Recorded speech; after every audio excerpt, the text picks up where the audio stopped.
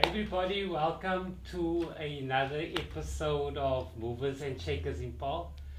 Today I'm super honored and also very fortunate to speak to probably one of the legends in Paarl.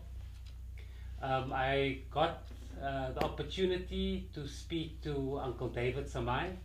Uncle David Samaai has got a very illustrious career in the Paarl community, was very involved in music. And he's also well known nationally and internationally of his tennis career. And I just wanted to find out a bit more about his journey. I think Uncle David is turning 92 this year, or 93, so I just thought he's got a very long history and I wanted to hear a bit more about it. Uncle David, thank you so much for chatting to me. It's a pleasure. So quickly, Uncle David, I read an article today and in the article it said that David Samaai's story is a story of a true legend. And when I read all the articles, it opened my eyes a lot on your journey. And from being born in 1927 in Paarl, living your whole life in Paarl, I wanted you to give me just a story of David Samaai as a child. Was it always the ambition to be a great tennis player? Was it the ambition to become a great musician, but then tennis was just more enjoyed than or principal of schools. Or principal of a school? So I just wanted to hear a bit more about, but thank you so much for chatting to me. There's such a lot, you know. I think I must say right at the beginning something about my parents, especially my father. My father was born on a farm. He grew up on the farm and went to school only up to standard 4 because the town, Tilbach, where he was born, the school was in a town and they lived on the farm. And we listened to his stories, very interesting. Because some of his stories, he tells us about his lions and tigers still roaming the mountains. I'm not talking about 1920s when he was there. So they moved to Paarl, where he got married to a person of the Outain, which is, I don't want to say it's a head of Paarl. Yeah. But he got married to her. And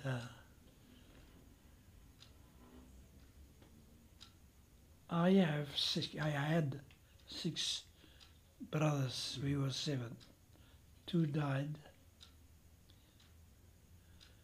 And all of them went to school here in Paarl. Wow. Now I think that the one thing that we must remember, he had the chance of going to school only up to standard 4. When he had to walk through the mountains there to the farm and back home, they had to send 2 big dogs to get him at the school because of that we say in Afrikaans, the ongedierte. And so I always regard him as a person who had a very full life, saw practically everything, from whom we could learn a lot, which indeed I did. When they moved to Paarl, they got married, and they lived here in Paarl. We had our own house in a part called the Outain, and everybody was welcome at our house. I went to primary school here in Paarl. Later became a teacher. And taught first in what we call the Paarl as a principal of the Bethesda school. And from there I grew, not only as a principal, but I grew up amongst people. I got to know people, which I loved very much. That was my earliest experiences. As I said, we all went to school here in Paarl. Of course, at that time, church school. My father, incidentally, he was actually one of the musicians in the church, because at that time our church didn't have an organ. And who produced the music of the hymns? 16 violinists. Wow. Of which he was one. Okay. So many times I thought this must have sounded very interesting to have so many violins playing at the same time, same tune, and the people also singing. But he enjoyed it. He taught me how to play the violin. And then later on in my life, I had my own violin class. And I taught other people how to play the violin. About tennis. I never knew what tennis was. But my father took me to the tennis court with him often to go throw balls for them. So your father was also a tennis player? Played just for the exercise. He was not a very good player, never became a good player. And where did we play tennis that time in Paarl? Was it also in that road? No, we had our own tennis court. I'm going to name the street near Hof Street. Okay. Hof Street, which is an important street on the banks of the river. Okay. Wow, interesting. It's important to say on the banks of the river because we had to prepare the court by getting water from the river up to the court. Okay, so it was a grass court? No. Okay. It was a cement. All weather. Okay. All weather that time.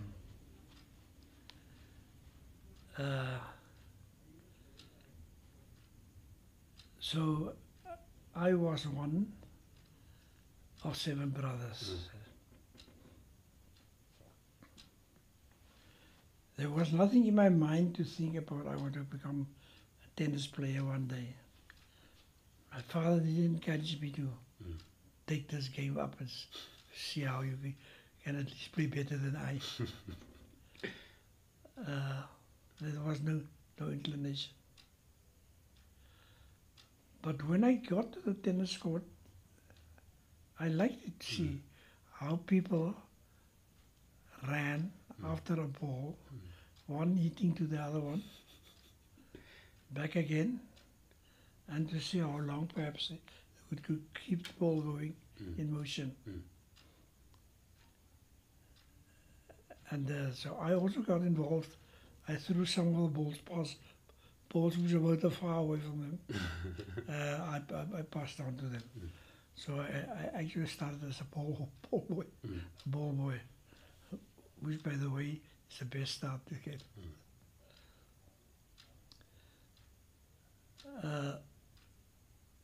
So naturally, just in watching them running after the ball and hitting, as a boy, there was something driving me. I'm going to try, can't I try? See what it is that makes these people tick. And why are they so happy when they play tennis? Why do they run so much? All that. And that was my first collection of meeting with the tennis. How old were you then, more or less? I must have been 8 or 9 years old. Okay. But it never came to my mind, I'm going to play this game one day. Because I also then became interested and enjoyed also eating like those two mad big people. I enjoyed it always. Yeah. There was never a longing in me. Say, I want to go play championships, I want to play tournaments, I want to do this and that. None whatsoever. It's just an exercise. Until one day, I was called to come and join in. Okay. Because somebody was absent and there were not 4 people, there were only 3. Okay. I thought, but this is nice. You at the right time, at the right place. That time, that was 7, 8 or 9. So I hit balls for them. From that stage, I hit balls from them. Now, we lived quite far from the tennis court, but we had a big backyard. Okay. And I saw my brothers were also interested in eating this ball around. And so we built our own court in our backyard. Wow. Small-sized court with the same number of lines on the court, with a net which we made from these bags in which they sell oranges. Oh, the orange bags. Yeah, orange bag. Wow. We made a net from that, and I had a lovely wall, clean wall, with a mirror on the one side. And I thought, now if you nobody here, why don't I eat it alone on the wall? So with my, not racket, plank pitchy, which I had made, I hit against the wall. And then I became interested in tennis, because it was lekker to hit against the wall. Not lekker only. I said, hitting to such a big wall is nothing, but hitting to a spot on the wall. Yeah. So I drew circles on the wall and put numbers 1, 2, 3, 4, 5. Wow. And when I called in 5, I must hit in the middle of 5. Wow. When I called out 4, I was hit in the middle of 4. With no knowledge from whatever, how they teach tennis. But I thought, this game, it seems to me, you must be sure of yourselves. You must be sure what you want to do. And that is how I gained confidence in ball control, which is the essence of tennis. To do with the ball what you want to.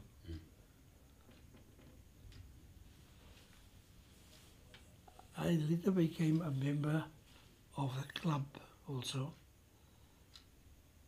Even before I became a member, I was invited to play in a match when a senior couldn't get play, or couldn't turn up. Go and fetch Davy. They call him Davy. Okay. Dave. Go fetch him. He can play him this afternoon. So again, right time, right place. So all these things seem to fit in and lead somewhere unknown of where it is going to. So I started playing matches on Saturday. Still with a bat. Why not a racket?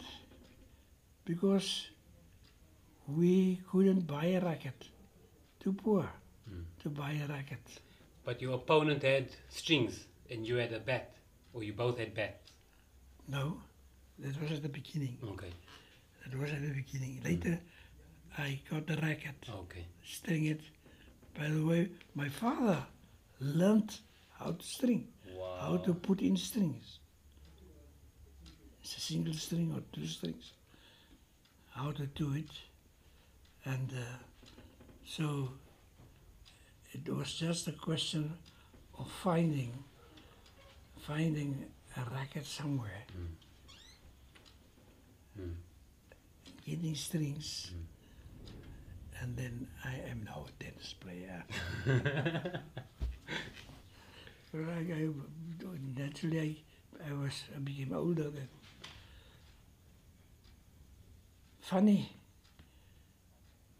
nobody of all these big people that played told me how to hit the ball, how to take a racket in the hand, how to do, what will give you a good shot, what will give you a bad one.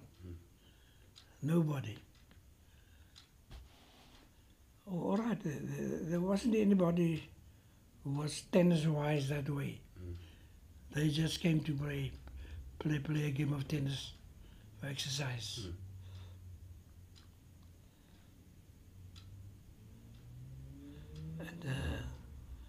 And so my father got me a dilapidated racket somewhere. A racket that looked so poor.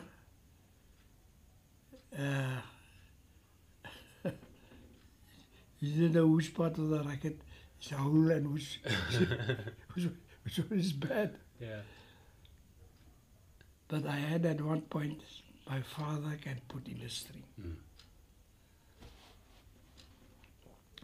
I played tennis then on the court. By that time, I was good enough to play better than the seniors and played matches regularly, club matches. So one night, when my father came home, he said to me, I entered you for a championship, tennis championship. He didn't ask me, he sent me. How old were you there? How old was that? 9. Okay, okay. Yeah, I'm going to play championship now. Now where is this championship? It's in Cape Town. It's in Maitland. How am I going to get to Maitland? I'll drive you to the tennis courts. So they came when the tournament started, and yeah, I am now going to play at a big tournament. Wow. A big thing now. On a proper tennis court. many people around. When we got to the court, we discovered this championship was not for juniors. It's a senior tournament. And I remember I was 9, 10 years old. I said, my father, what now? He said, but you've been playing tennis all your time on the court. It's the same lines. It's the same space. Those courts are the same. So where's the difference? He was that kind of a man. You play. So I decided I'll play. I played my first championship. And who do I meet in the first round? The champion of Western Province. Wow. And how did he beat me? 6-love, 6-love. But what age was the senior? I mean, you were now 19. What was the ages you're playing All against? married men, yeah. Wow, okay. Teachers and all, Okay. all that deal.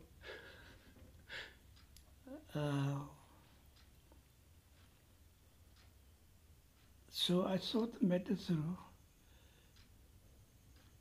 I'm going to play. And I want to practice more now on our own courts. So I had a whole year of practicing. Because there were certain things I wanted to do and I couldn't do what I saw then there, but there's no way to do it.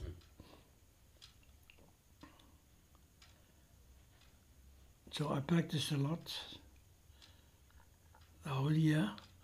I taught some of my brothers to play tennis. Now I have somebody to play with it though.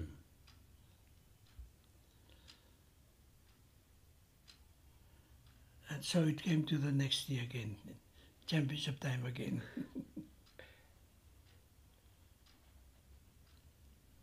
I said to my father, am I going to play tournament again?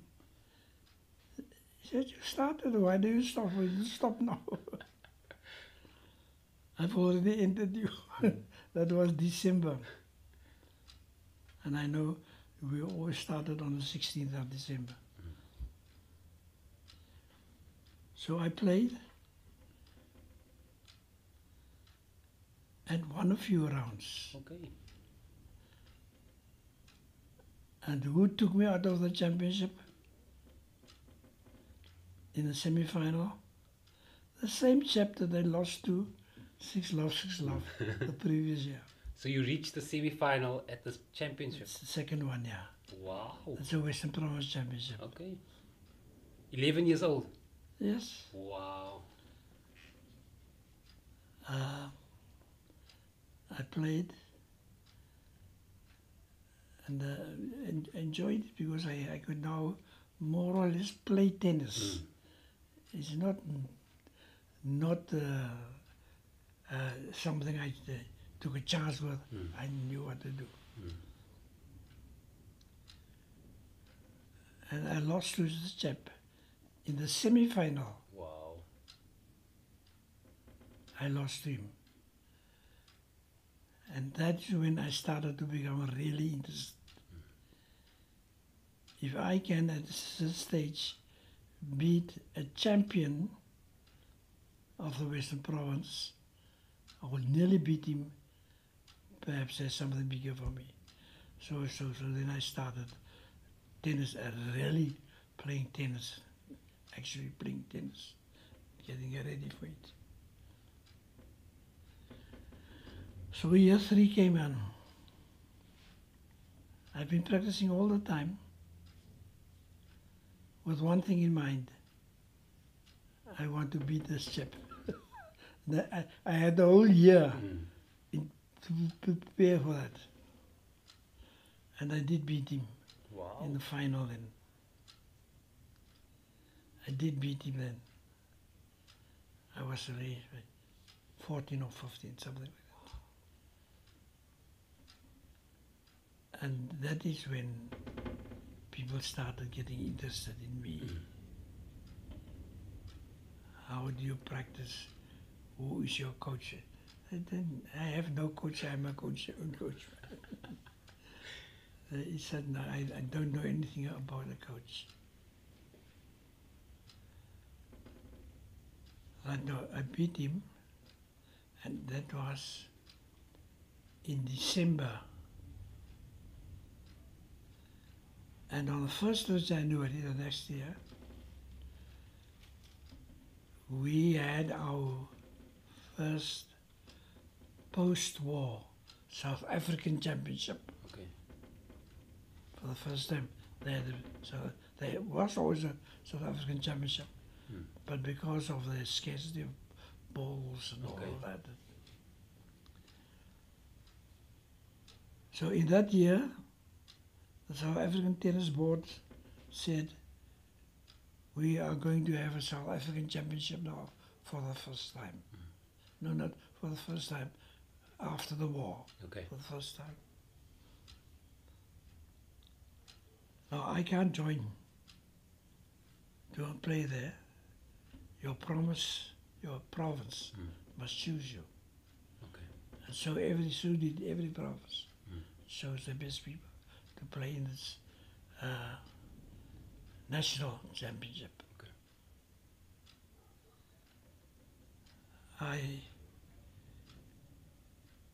I played,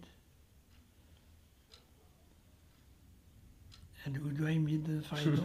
You know, by now you know who we will meet in the final. The one I wanted in the final to set things right again, and beat him easily. Wow. The Western Province chose their people who will represent Western Province. They chose me as number one. I'm the light team, the smallest of the youngest of everybody, but they chose me as number one. Wow. Just give me that. Respect. Yeah. But that wasn't the big thing. The championship was in Johannesburg. Okay. So you needed funds to get there. Yeah, that what Western Province had to see now. Okay. But the thing is, I haven't been away from home yet, so far, for so long. And you're only 15, 16 years old. Yes, that must have been. I think it would be correct, 14. So we went to Johannesburg, and we played in our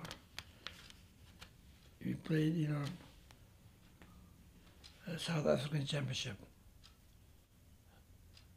There were then no coaches to take David in hand to show him the ropes.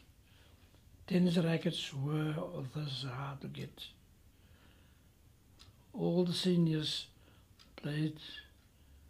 possessed their own rackets. So he had to wait until an old racket was disposed of, in which would be in a better state after his father had seen to it. Wow. That's a nice part of it.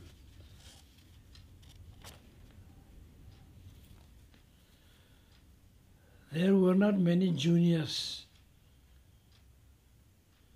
playing around, and no junior tennis tournaments.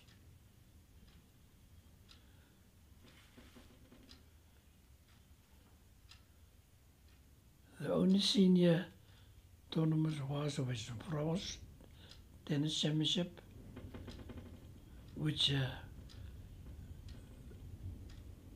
attracted the best players in the country.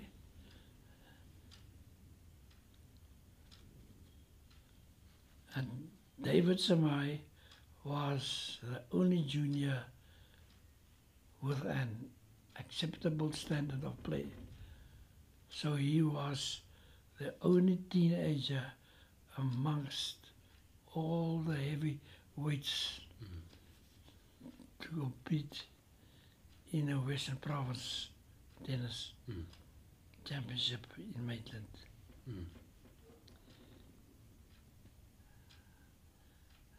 I said this, he lost in the first experience, the first round, 6 love.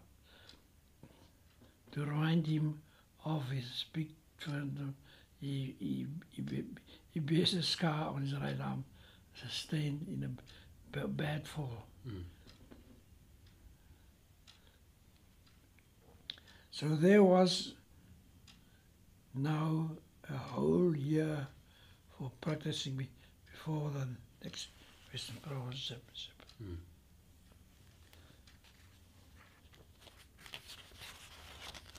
Years.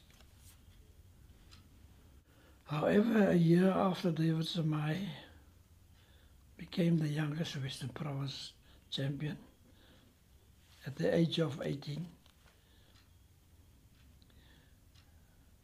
And whom did he beat at Maitland? It was the same player which beat him in the 2 previous years. He then believed that with more hard work he would improve in the years that were ahead. Now, at that time there was a newspaper called The Sun. The Sun of Friday, the 4th of January, 1946, reported as follows. 18-year-old men's singles champion. Highest praise goes to young David Samaai.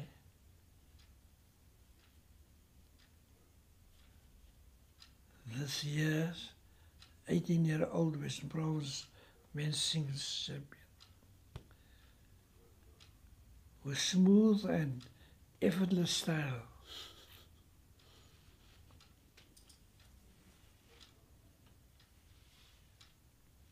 unpretentious and quiet manner, have made himself endeared by the crowd. The first post-war South African Championship was held in Benoni, and David Samaai, although the youngest ever to win a tournament, was first choice made by the Western Province Tennis Board. Still very much a shy teenager, this promising junior left home for the first time in his life to go and participate in a major tournament so far from home. But filled with the confidence and belief in himself, he was on his way to the city of gold. The Sun newspaper on Friday, the 18th January 1946 reported, caption, singles title to D. Samaai. Another year has passed by and new champions have come to the fore. Let us hope for a while. In spite of adverse circumstances, the South African Coloured Tennis Championship played at Benoni, Transvaal, have been an outstanding success in every aspect. For the first time in history, the coloured tennis have so many outstanding players from more than one province to participate in the South African Tennis Championship. The standard of tennis in every section was very high and strangely very consistent throughout the first few days. The spirit from the word go was excellent and remained until the tournament ended on Saturday, the 14th of January.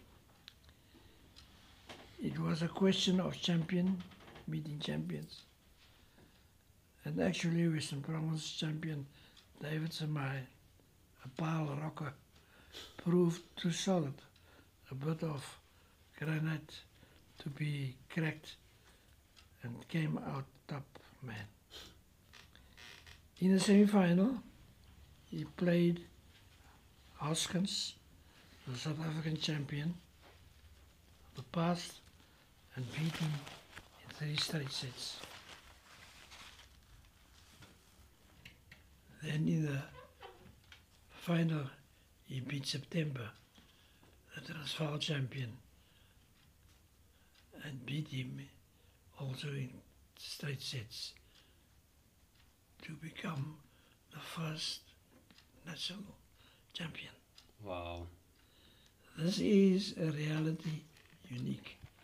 This is a reality a unique achievement because they actually swept out at least bit of doubt that some people might have had in their minds by beating within 5 days all previous champions that came his way. So you beat all the people that beat you previously in various finals. So Uncle Davy, so you 18, 19, right? So is the tennis is there no working? Is it full on tennis professional life? Or did your father not say, David, you need to go get a job somewhere? Tennis is not going to pay the bills. My father took me to the tennis court. Remember? Yeah, because it's like I want to also get your journey of Wimbledon as well. Yeah. I know you've been there. No, that's a start. Yeah. That's a start. Yeah. So okay, so we're 18 now. Davy is a what you call it, a national champ. And where are we now? What's happening in Uncle David's life now? So when I had won the South African Championship for 4 years, this is again in Maitland. People came from all over South Africa to come and watch. Wow. Because they had now, we as the Davy Samaai were so smart and smart. I didn't know they came to watch me. I was just chap on the other side of the court. I was just busy with him. So after I had won it now for the 4th time, I was playing in a final, and then while I was busy with the final, my girlfriend came to me.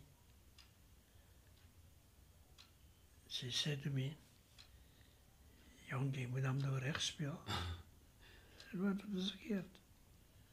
Die mense is besig om geld vir jou in te samel, om vir jou oorsee te stuur." Wow. Hulle het besluit dat die talent kan nie hier bly nie. Wow. Hulle moet vir my oorsee stuur. That's amazing. And that is how my overseas tournament started.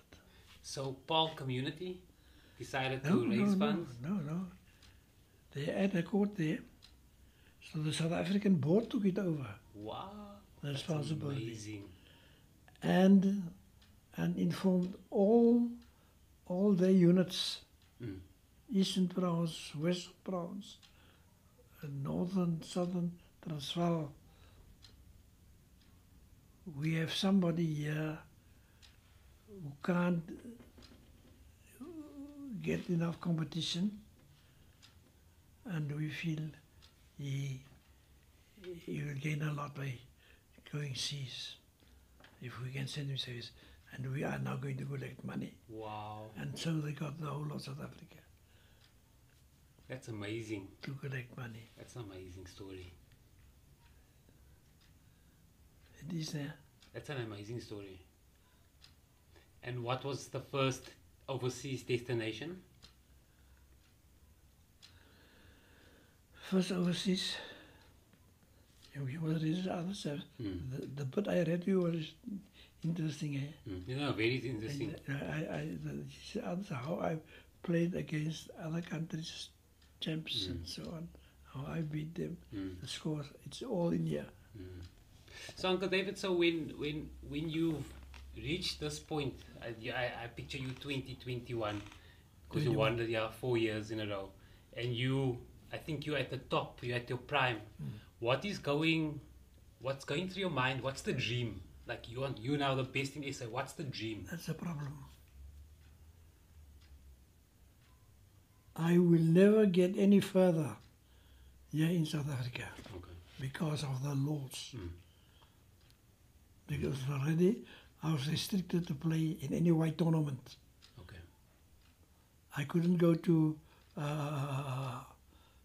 try to show my form anywhere, so that people could say, but he's good enough to play Davis Cup. Mm. There was no way out of it because we were just not allowed. Mm. You know, it was law. Yeah. And that made me take up a decision to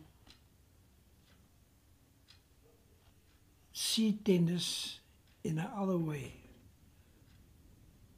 To see tennis in this way, that I could get as much knowledge as I could and study the game thoroughly. So I have many certificates from overseas which I had written, coaching certificates, so that I can help the people here. Because I couldn't see how I could Progress out of progress, get above this government. But you know, it's so touching. There's I was reading an article with you of some research, and it's so telling on what you're saying. It says in this article, there are many oppressed sports people who sacrifice their sports talent and the chance to play international sport for another country. These sports people chose instead to fight apartheid and achieve freedom in South Africa. That is such a massive sentence. Yeah. Because it's exactly what you're saying. It's you saw in South Africa there's no way out, and you rather going to use your talents And get more. and plow it back into the community. That's it. That is why I never accepted a post overseas. You know, I was 3 posts, different posts in England, who wanted me to come and teach there, and just teach there sport and music. Binne in my fucking. Yeah, exactly. And I always said no. What you are asking me to come do here, I must do in my own country. Okay, so where are we? I want to get that journey of Wimbledon. I want to start that journey. I want to know, when was there a phone call? Was there telegram about David Samaai going to Wimbledon? I want that story. Yes, I think it is, yeah. How are you gonna do it? Yeah. It is, yeah. You know, in tennis, you had your tennis group which you belonged to. It was a Schlesinger racket, or you were from Dunlop, it's a Dunlop racket. There were others also. And I already was a member of Dunlop here. Okay. By getting balls free and this and that. And this Dunlop here sent a message to England. We have a player who is sending overseas. Will you please see to his needs? Wow. Wow. Okay. You know, no. When I got off the plane, I got a message, and the message was straight and clear. Please come and see me tomorrow at the head office of Dunlop. That's amazing. Signed by Pat Hughes, who was a past Wimbledon champion. Okay. Are we all alone? Are we all alone overseas? We are alone. Okay. But they tell me everything. Okay. I went, I said to Dunlop overseas, I don't know how to move, I don't know where to move. You must now push Yeah, me. yeah. And every time there was a tournament, you see, overseas, before Wimbledon, many players from different parts of the world come to get ready there. Okay. And they play in British tournaments. Yeah. So that was easy if you are either a Dunlop player Yeah. or a Schlesinger player. Okay. And that Dunlop, the Dunlop person there was then my manager. Okay. Right. Nice. Good progress there. Very good progress. So, how long are we in England? How long is David England playing now under this management, under, say, let's call it the sponsorship of Dunlop? How long are you playing in England? I stayed for about 3 months, Okay. and that stay was usually preparing, practicing. Practicing for a tournament? Or? Against all the other players that came in, because I couldn't play in my practice in my own country. Wow. Okay. Right. So, is this practicing for Wimbledon? Or is it just practice? Okay. Yeah. So you were in England practicing for Wimbledon, so you didn't come home first. That was the local tournaments. Okay. Local British tournaments. Okay. Perfect. I even played in Paris, played in Switzerland, Okay. played in Australia. Wow. That is on invitation, eh? So, but when you're at this Dunlop training camp, are you aware that there's a possibility of you playing Wimbledon, or is that not in conversation yet? No. Mr. Pat Hughes, if there's something, he'll call me in, discuss with me. Okay. He says, look here, Wimbledon is coming up within 2 weeks' time. How do you feel about it? How do you feel about it? See you play. That is why you came. Exactly what your father also said. Yeah. That's why you came. Okay. And where are we? We 1950s now, 1960s while you in Dunlop? I'm still Dunlop. Yeah. You know, in 1949 I went over the first time. In 1951 when I went the second time, there was a letter from me, from Dunlop. We hear that you are again in England. Are you coming for your post? So the principal of the school. Wow. Come and see me tomorrow at such and such a time. And I had to be quite frank with him. I said, I feel that what I have gathered by way of experience in tennis, I must bring to my people here.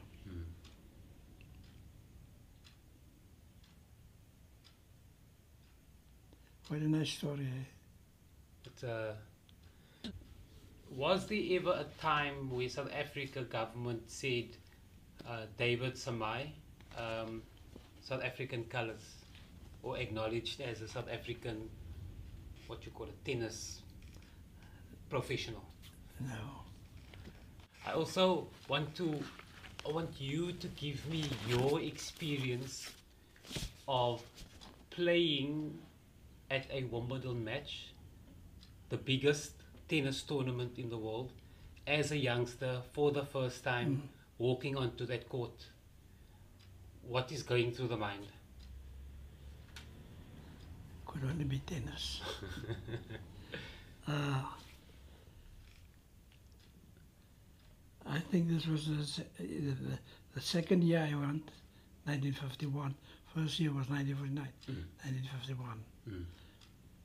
I went overseas again. Things was much easier because the British public sort of liked me. Okay. And see all the newspapers Yeah. articles are in here what British is thinking and saying.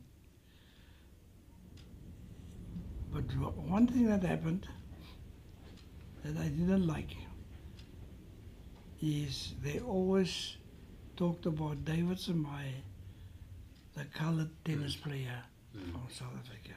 Oh, this was in the British newspapers. Yeah. Okay. So I called this newspaper man together. I said, I'm dissatisfied with one thing. Thanks for all the treatment and support.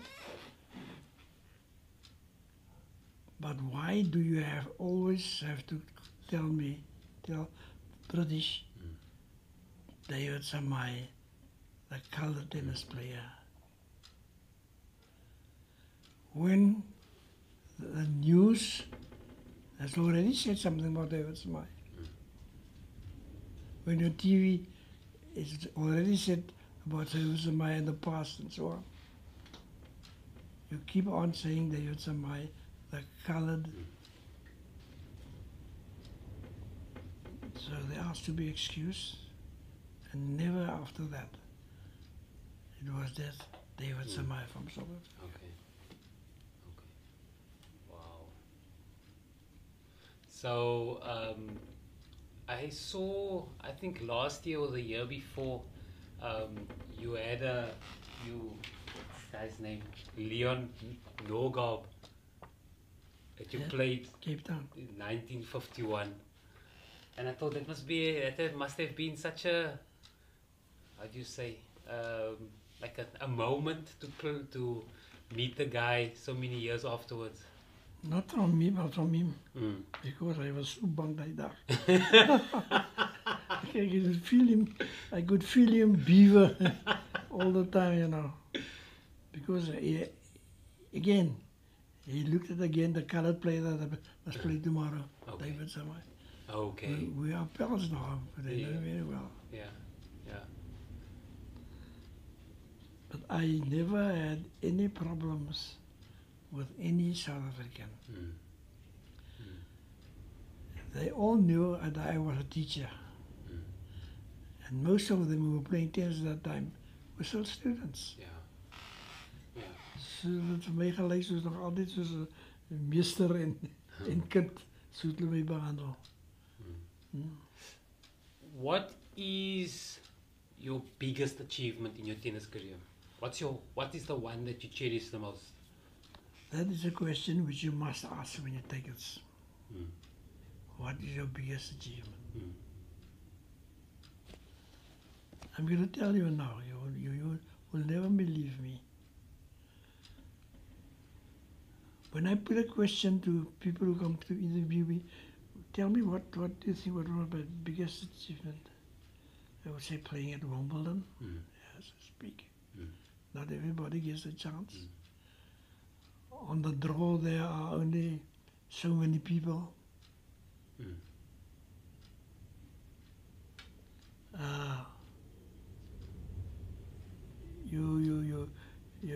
You can go in any building free there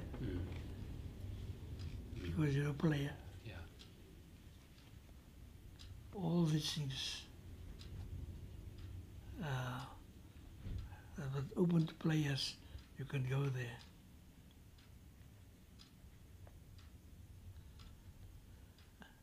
Now your question.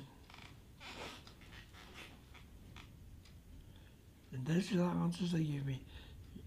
I think your biggest achievement was to qualify for Wimbledon. You said 100% a record. Right? To qualify for Wimbledon, you've got to win 3 rounds. So that must be a big thing. And I grant you that. But it's not that. Can you think of something else? I asked him. They never say the right thing. They say the biggest thing in my tennis was the fact that in 1965, that was now about 10 years after I had played tennis overseas, I was called in by Tennis South Africa.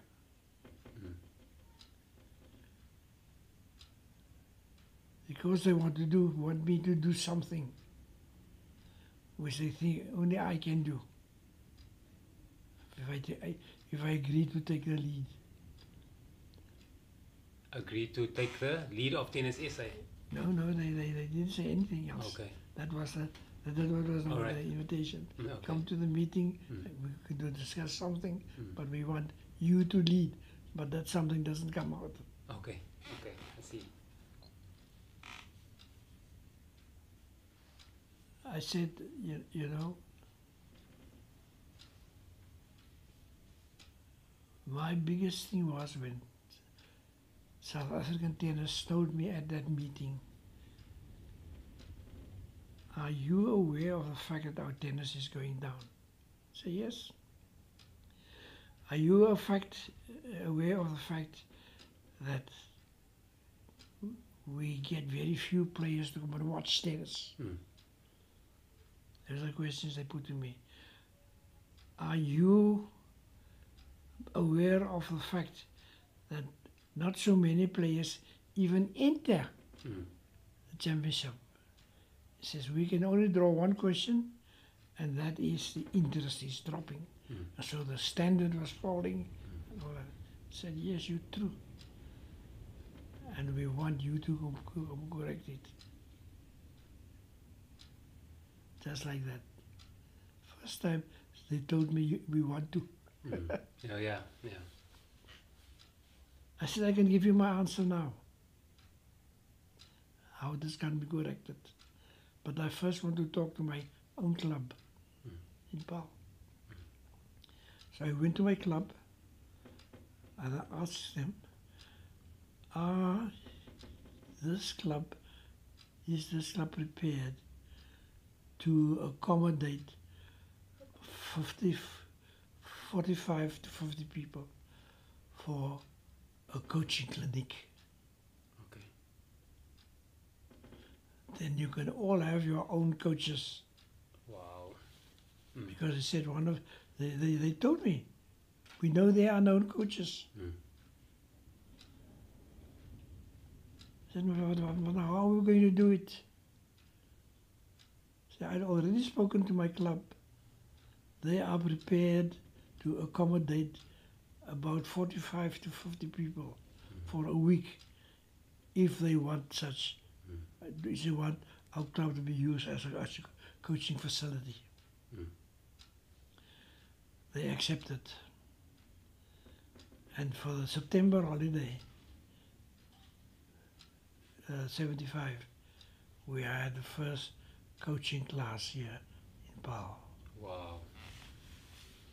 And every unit sent about 4 or 5 people who were interested to become coaches. So at that stage, you are Tennis SA president? No. Oh, okay. Okay. No, I'm not. Okay.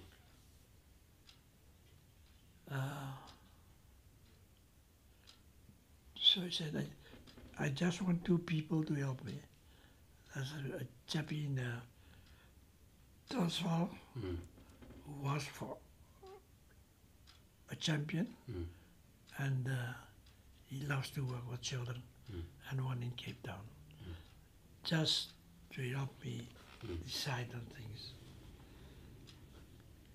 So I contacted Dunlop in England. And who was the manager of the Dunlop Tennis Association? A person with the name of Van der Meer. But he had a problem there because I can't remember Van der Meer. No, Van der Merwe. So he changed his name to Van der Meer. So I called him. I said, I'm sitting here with a big thing. I have a decision to make. And you as a coach, white coach, can tell me what to do.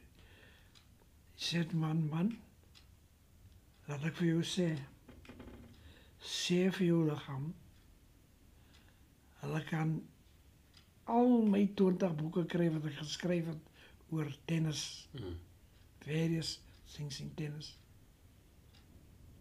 Hulle kan hulle copies maak. They can dish it out to them if they want to learn question. Tennis, it is there. And that was my biggest help that I could get. Here I had a ready tennis manual who have stood over ages. I took it to South African tennis. I told them I need 50 copies.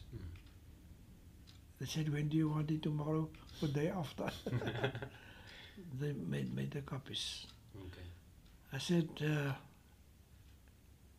I want the names of all the people who want to come and stay, who want to stay together and so on, because I've got a place for you to stay. Wow. Next to the courts. Wow. Amazing. So I and my 2 helpers worked for a whole week.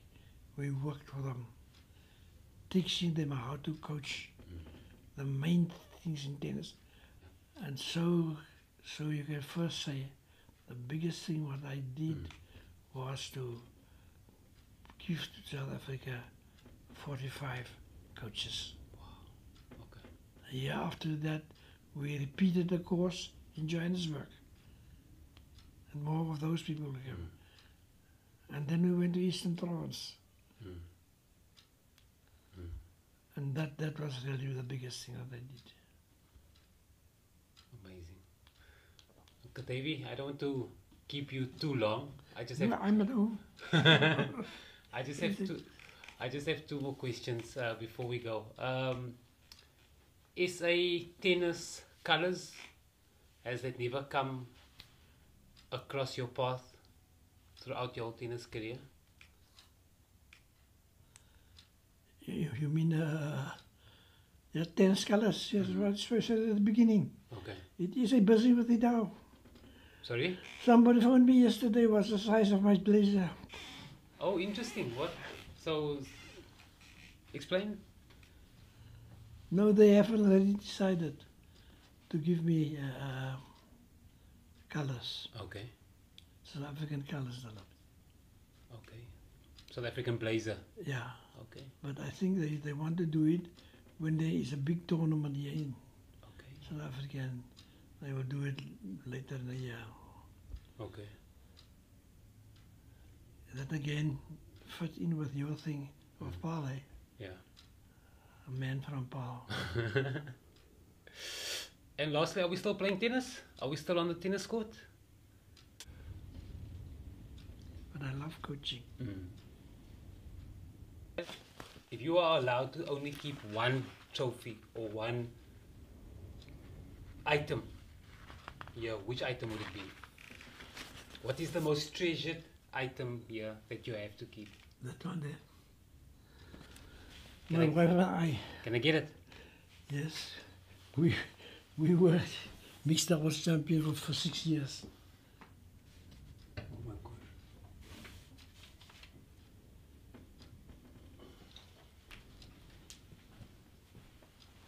Oh, this is a male and female trophy. Yes, we were mixed doubles champions of South Africa Ooh. for 6 years, my wife and I. Wow, amazing. Was she also a tennis player? That's amazing. Yes. Mixed double partner, Mary Harris. Amazing. I did not know that. So tennis was... Wow, that's amazing. Yeah, so what is your biggest disappointment or the biggest regret in your tennis career? None, Okay. none. I have no regrets. I have no regrets about anything that I couldn't handle. Okay. The reason why I say that, I can't fight the law. So I can't say I'm against the fact that they wouldn't choose us as their players. You can't do anything, so it's law. But it's a good thing that this South African body now is doing something about it. Mm. Like we played the South African Championship once in Durban. Mm. And there was a chap from Johannesburg. He was a very, let me say, van de gat. Mm. Kijk hoe slaat ik voor Samaai weer. Mm. That's the story, you know. Mm. They carry it around. And we are good friends. Mm. So comes the South African Championship. I met him in the final. Wow. En allerlei goed is er opgekomen. Yeah. I said, "You ready for your final?" He said, "Okay." I say, "Something big is going to happen today, man. So it's your chance." Maar ik had geweet, ik ga dan bij makkelijk winnen. Want daar is nog hij te veel problemen. So, in Durban, very good championship. Lot of people came to visit. En die groot praatje is, kom jullie ook kijken hoe David Samaai van die troon afgehaald wordt. Dat was the usual talk. Mm. Mm. People came to me, dat meneer hoor. Ik zei, wat? Yeah. Ik zei, man, dat is kaf, maar jullie sturen aan kaf niet. Wacht tot die dag gaan spelen. Yeah.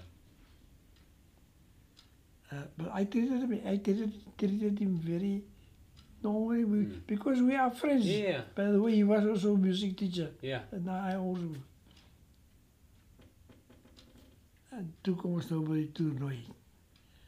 Die mensen stromen om tennis te komen kijken.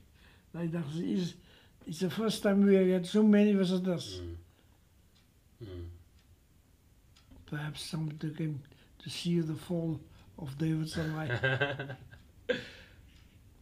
But I knew what I was going to do. He didn't have a very good backhand. In fact, his forehand was much better than his backhand. Mm. And that told me already what to do. Mm. I don't know if you saw it in the tennis here, that before the match starts, then they have a sort of a warm-up, Yeah. just hitting to one another. Yeah. Now, I knew that he wanted to hit big shots all the time. Mm. Mr. Man, you know, Mr. Man shots. Mm. And I knew when the ball comes to his forehand, he wants to show how hard Power. he can Yeah. power. So come warm up. I didn't give him one ball on his forehead, but it's all on his backhand. Backhand. Op die lig. Yeah. On his backhand. All on his backhand. To the umpire said play. Toen draai ik alles net zo. ik vond wat ik op zijn voorhand slaan, zijn sterkste plek, dan vond ik een punt. Oh, I En see. die kan doen wat hij wil. Mm. Wow. Wow. I've got a final question. Because of